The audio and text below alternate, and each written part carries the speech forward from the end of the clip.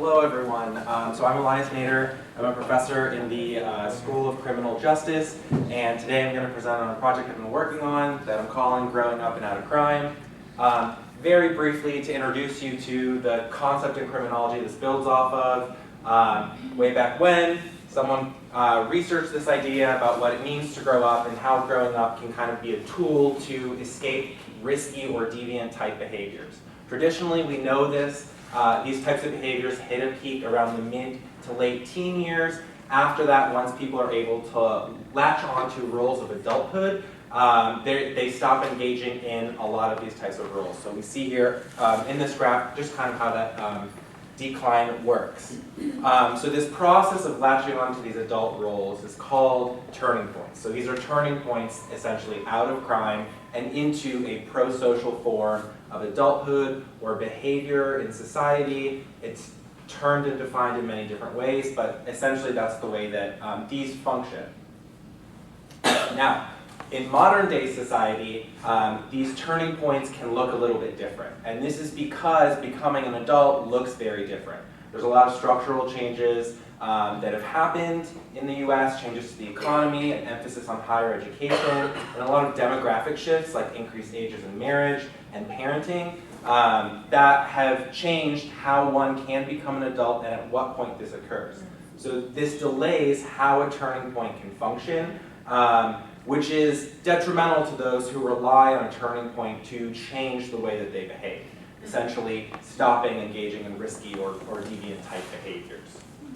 So the study that I conducted, I'm still continuing to gather data for, is a qualitative study looking at what do these turning points look like for modern day young adults. And I've conducted 30 interviews so far, 16 of which are with young adults who've been involved with the justice system, and then 14 with those who haven't, as a comparison to how these turning points might look different.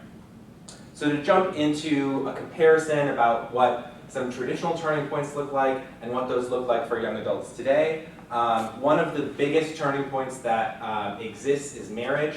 This is a huge one in the criminological literature.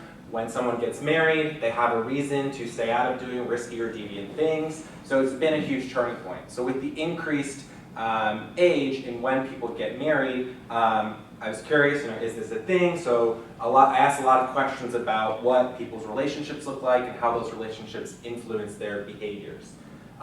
Essentially, what these young adults say is that maintaining close relationships is very important to them. However, the romantic side of those relationships is not relevant at this stage in life. So thinking about this phase of young adulthood, people who are in this age group of 18 to 25-ish, they're not really at a point where romantic relationships are affecting the core of their behaviors, right? They're not so concerned with establishing long-term relationships and getting married, so those turning points don't function the same way. However, they do talk about maintaining close relationships, those that rely on trust and loyalty, and cutting ties with those who have had poor influences on their life or might influence them to continue engaging in these deviant or risky type behaviors. The next traditional turning point has been parenthood, and this is one actually that's remained pretty consistent. So although young adults are not necessarily engaged in long-term relationships, they do become parents, and they do see this as a very viable turning point, along with serving as a caregiver for siblings or parents, depending on the context of their life. The last huge area in traditional turning points is employment. Getting a job is a way to establish yourself as an adult, and especially in the literature, there was a lot of emphasis on military service as being one of those turning points because you go into the military oftentimes around the age of 18, and it was a huge part of when these theories were developed. Now, employment looks a little bit different, oftentimes because of this emphasis on higher education. So establishing stable and legal employment served as a huge marker for them, but not all employment is created equal. They want jobs that they see as being quality work. They want to be able to obtain an education in whatever field that they're in order to have a lifelong career. And they additionally want to establish financial independence, which is something that's a little bit different, right? It's things as simple as having a savings account, being able to live on your own and not with your parents. So these are markers that they see as being ways that they can embrace adulthood.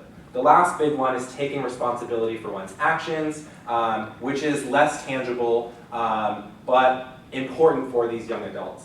What does this mean for policy? Very quickly, basically, there are a lot of organizations that do this work, support these skills for young adults who've been through the justice system, so we need to shift how we use our resources in the justice system to help support these organizations for the best chance of success for these young adults. Also, mental health, very important. Thank you.